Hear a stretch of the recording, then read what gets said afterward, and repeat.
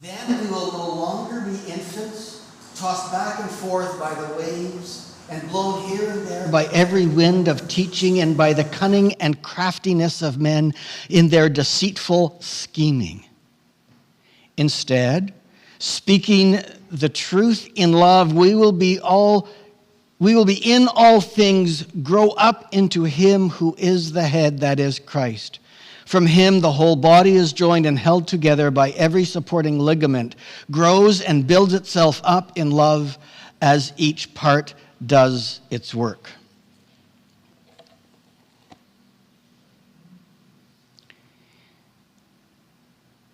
As I've said, we are ending our look at these few verses in Ephesians.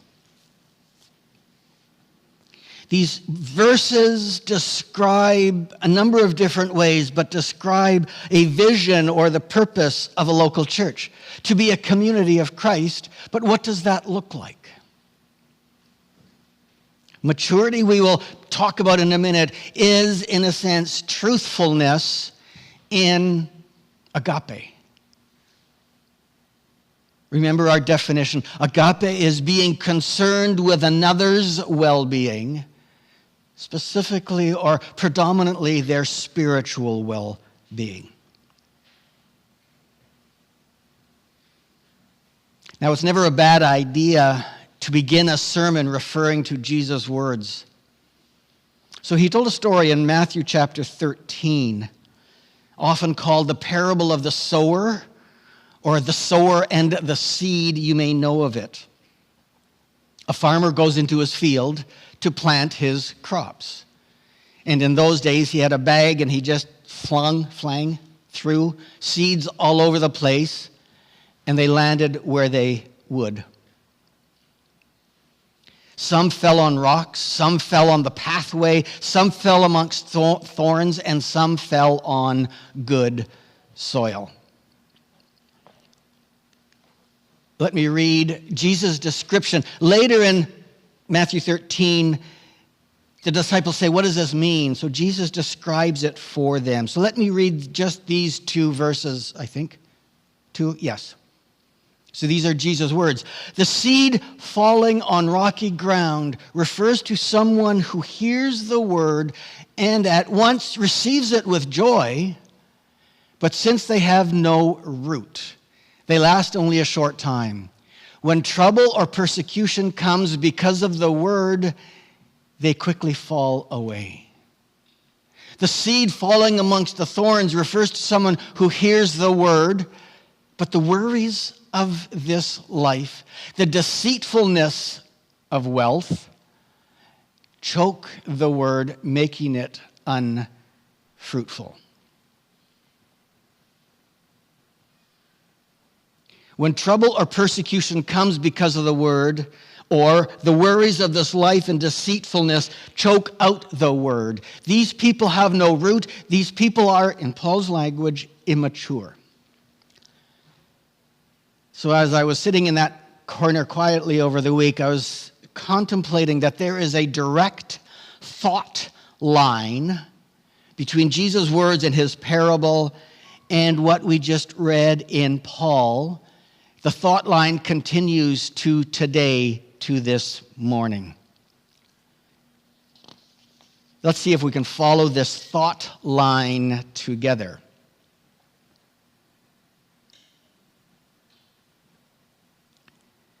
In Jesus' words, people who received the gospel, the seed, received it with joy, he says in verse 20, but they received it, they are excited about it. But they fall away because of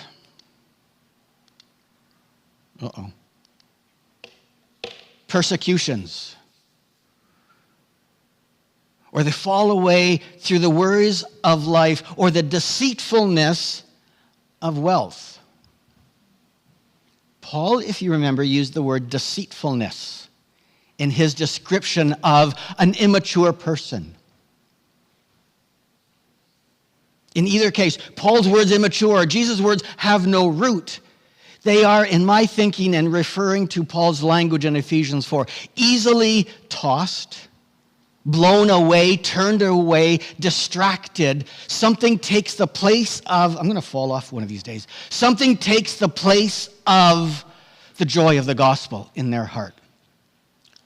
A sad statistic, and this sounds like a judgment and it isn't, but most of the people who come forward at Billy Graham and Franklin Graham's crusades do not last, weeks or months. Many do, and there are mechanisms built into their services to mitigate against this, but most people receive with joy and then fall away.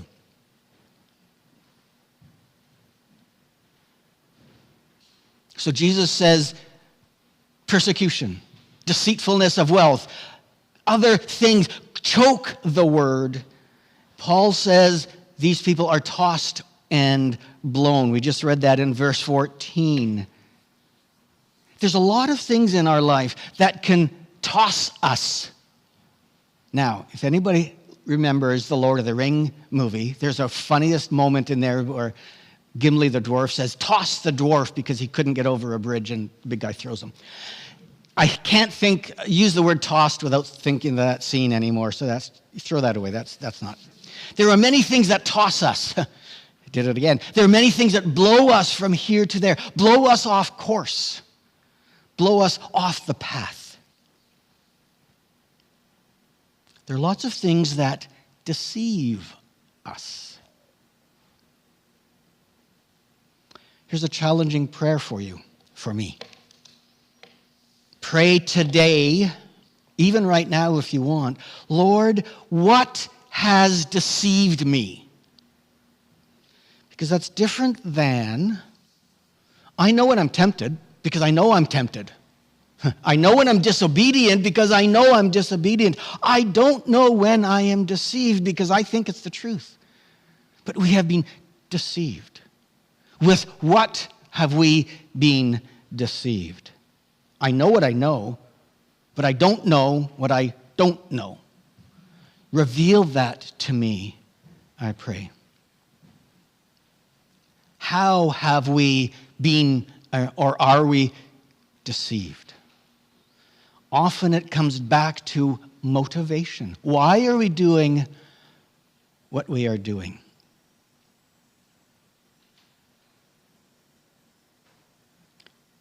Looking at Jesus' parable, mature people do not fall away, do not get distracted. In Paul's word, they are not tossed or blown hither and thither. Jesus told this truth using parables and story. Paul uses it using preaching and theology. I like Jesus' way better. I like stories. But they're the same truth. Okay, we've connected Jesus' words. We've connected Paul's words. What about today? And now my slides have caught up to me. Can anybody tell me what FOMO means? The fear of missing out. It is, according to Wikipedia, the great truth teller that it is, it's the feeling of apprehension that one is either not in the know or missing out on information, events, experiences, or life decisions that could make one's life better. Have you ever received an ad on your phone telling you that your phone is probably obsolete? It's only 3 months old, but you need now to upgrade your phone. As if it isn't good enough. You need the best. You need to go stand in line. Modern people, us, we have been trained to be distracted.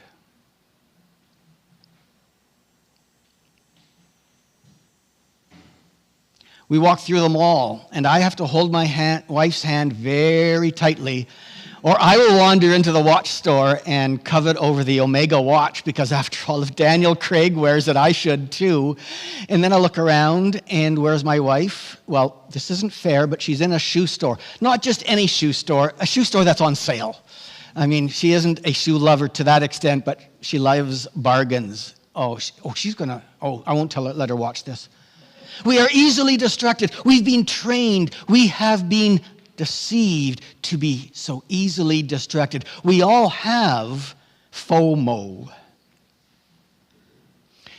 What is today's culture if it is not, using Paul's words, craftiness of people in their deceitful scheming? Get rich quick schemes. We have a friend who over the last 4 or 5 years has tried her best to get us involved in the latest project that she's involved in. And she is convinced that this is it. This is the one. Everything is guaranteed to, and then fill in the blank. Make you smarter, taller, shorter, thinner, whatever it is. You can be anybody you want. Just name it, just claim it, and be it. The multi-billion-dollar advertising industry is designed for one purpose: to blow us from here to there. Paul's words. Immediate gratification. There are psychological studies on, and they've tried to define maturity as delayed gratification. This culture of immediate gratification has led to at least part of an epidemic of immaturity, if I can say it like that. We all want, or we are all told that we should, using that word properly, should is a moral obligation. We should want the next best thing because their society is built on consumption. I was going to say consummation. That's not the right word. Consumption. We need to consume. We are not good citizens if we're not buying the best and the newest and the next thing. We're not good citizens. We are told that. So there is a thought line, I believe. Jesus tells us our roots to be deep. I heard that. Remember that noise in a second. Our roots to be deep, so we are not distracted. Paul wants us to be mature, so we're not tossed back and forth by deceitful teaching. We are not to be conformed to this world, which is predominantly based on consuming the latest, the best, the shiniest, and the trendiest thing.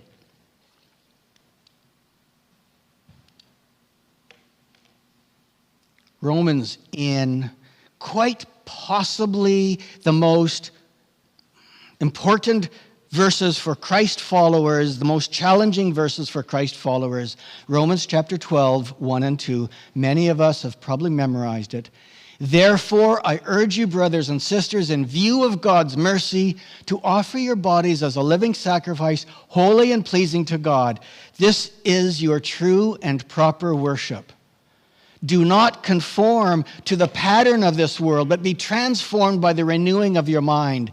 Then you will be able to test and approve what God's will is, his good and pleasing and perfect will.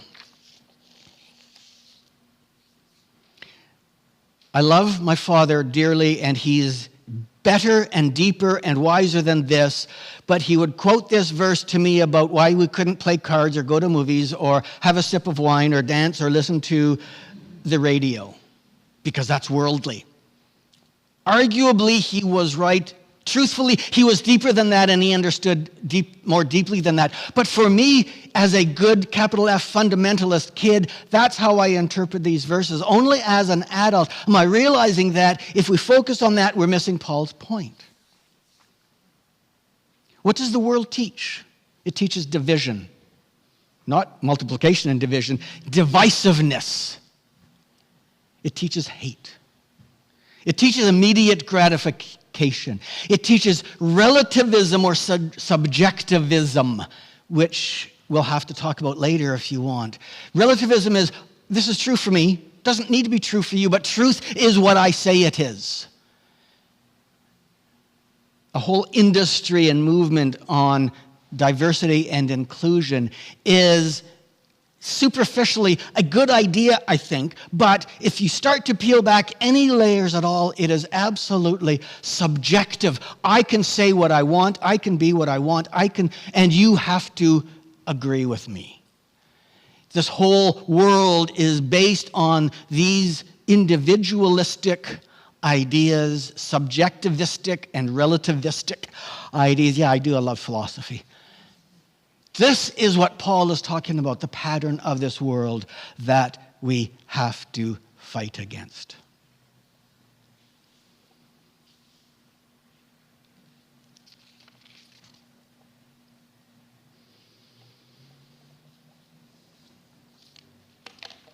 You have one of these. You want to be less distracted in our life? Let me challenge you to turn off all notifications.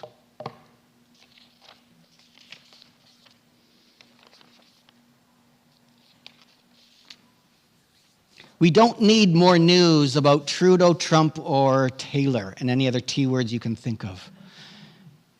We don't need the latest YouTube video about whoever or whatever. For me, it's usually canoe camping and fishing in the north, which are my distractions. If we turn off all notifications, then we regain a measure of control over this thing. Okay, back to the Bible. That's a good name. There's my age. Back to the Bible was a Christian broadcast on the radio. Oh, oops. What did I? Oh, yeah, okay. Let's read verse 15 as Paul's antidote to being tossed back and forth. And it's not what I was expecting.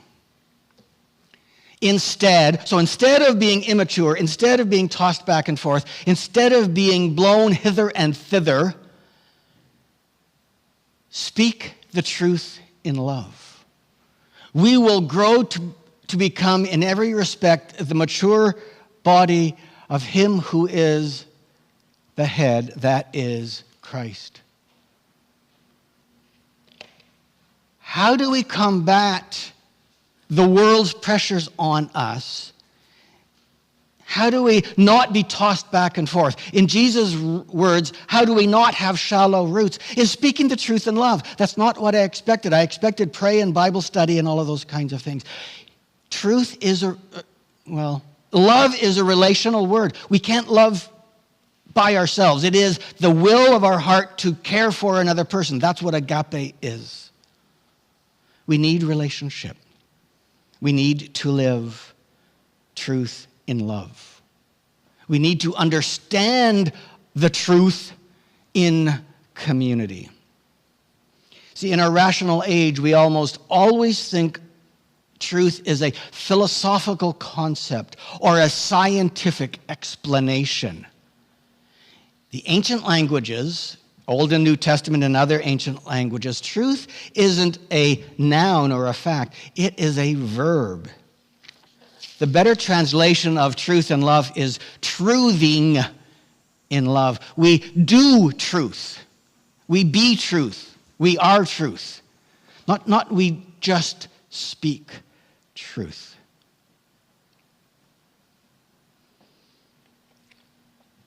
Truth is something we do far more than something we say, and farther more than something we believe. Truth is who we are. 3 weeks ago, I suggested that to live a life worthy of one's calling is integrity. Truthing in love is as well integrity. In the ancient world, a truthful person wasn't a person who necessarily spoke it, but lived it. They honored their covenant. They honored their vows. They honored their relationships. They were truthful people. They lived truth. And living truth binds us together because we cannot live truth and violate a covenant relationship. The opposite of truth is lying. Or a better way in my thinking this morning, living a lie is opposite to living truth. As we began this morning with Jesus' words, let us go back to his words in another story or another incident with the... Okay, doesn't matter. Jesus was talking with some of the Jewish leaders, and he says that, John 8:44.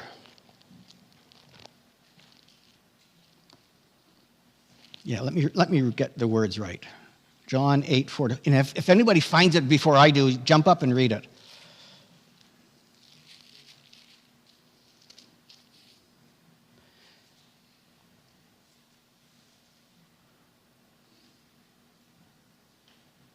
Oh, 44, yes.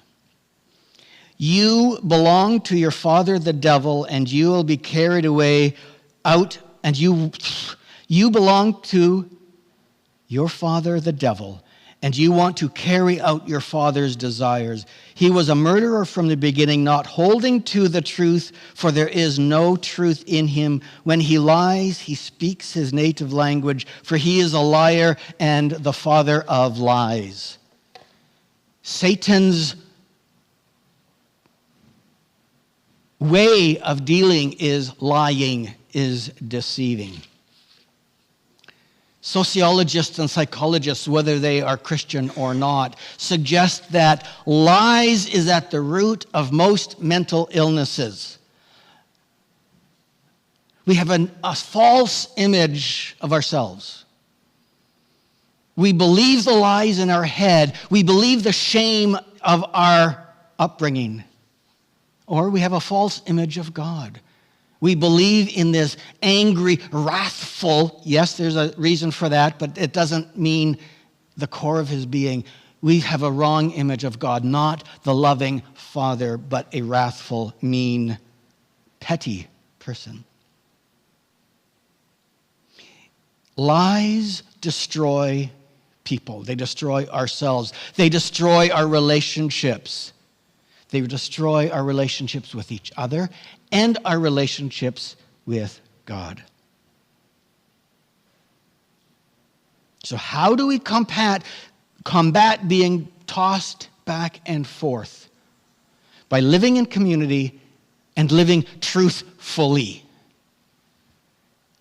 And it's not even about teaching and theology. It's living together. Telling the truth to each other. Living the truth to each other. And we will grow up into Christ. We will grow up like Christ. There's a cautionary word here. Oh, I keep going. Oh, I'm good. There's a cautionary word here. I've often heard it said, I'm going to tell you the truth in love. You're a total idiot. And we think that claiming we are doing this in love allows us to say anything to anybody at any time. I'm reminded of Paul's words just a few verses later. Do not let any unwholesome talk come out of your mouths, but only that is helpful for building others up according to their needs, that it may benefit those who listen. Helpful for building others up according to their needs. So if we find, and this is biblical, a brother or sister in a pattern of sinful behavior, we live the truth by appropriately challenging and lifting them up and building them up. But we never shame them. We never unwholesomely talk to them or worse about them. But we lift them up in love. I care for you so much that I am going to stand with you in your deceit and pull you out into the truth. A difficult thing to do, an easy thing to say. James says something similar, slightly different. Likewise, the tongue is a small part of the body, but it makes great boasts. Consider what a great forest is set on fire by a small spark. The tongue is also a fire, a world of evil among the parts of the body. It corrupts the whole body, sets the whole course of one's life on fire, and its itself set on fire of hell. All kinds of animals, birds and reptiles and sea creatures are being tamed and have been tamed by mankind, humankind, but no human being can tame the tongue. It is a restless evil full of deadly poison. We know what we have said, and we say to ourselves, I shouldn't have said that. It has hurt the person, but it's out. If it is out, it can't be unsaid. You can't unhear what somebody says. Because we tell the truth in love does not give us license and permission to say whatever we want. Agape love doesn't give us the permission to beat you up because of your failures or your sin or your temptation or what it is. I'm probably worse than you anyway, so I don't have that right. Jesus suggests that in another parable, in another story. We teach doctrine. We teach church life. We teach ethical living. We need as well to teach the ministry of holding our tongues. Did what I just say to you appropriately challenge you? Did it appropriately lift you up? Did it help you? Did it edify you? Did it grow you up? Phrase it however you want, but did your words drip with agape love? And then this section ends with unity as it began. And just to finish the section, we don't have a lot of... Am I pushing the wrong button? Nope, there we go. Let's finish this section just to... My OCD says we got to finish it. We don't have time to talk this very deeply, but from him, being Christ, the whole body, joined and held together by every supporting ligament, grows and builds itself up in love as each part does its work. Paul echoes spiritual gift. He echoes the building up of each other in love. He echoes the unity and the diversity of the church. This is what we intend to be, who we should be. So that's my point this morning.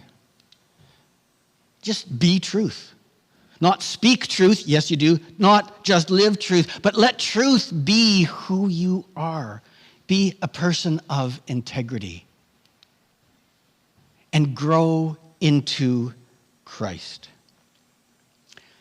Notice the word, just as I close, the word does not grow in Christ as some kind of relationship. I grow in Christ in my knowledge and understanding of Christ. There is more intimacy in this idea of growing into Christ. Remember the biblical language. He is in us. Through his Spirit, he is in us. He is in our hearts. We teach our children in Sunday school. So we grow into that indwelling and relationship. So be truth and grow into Christ, into agape, into service, into grace, into joy, into peace. Amen.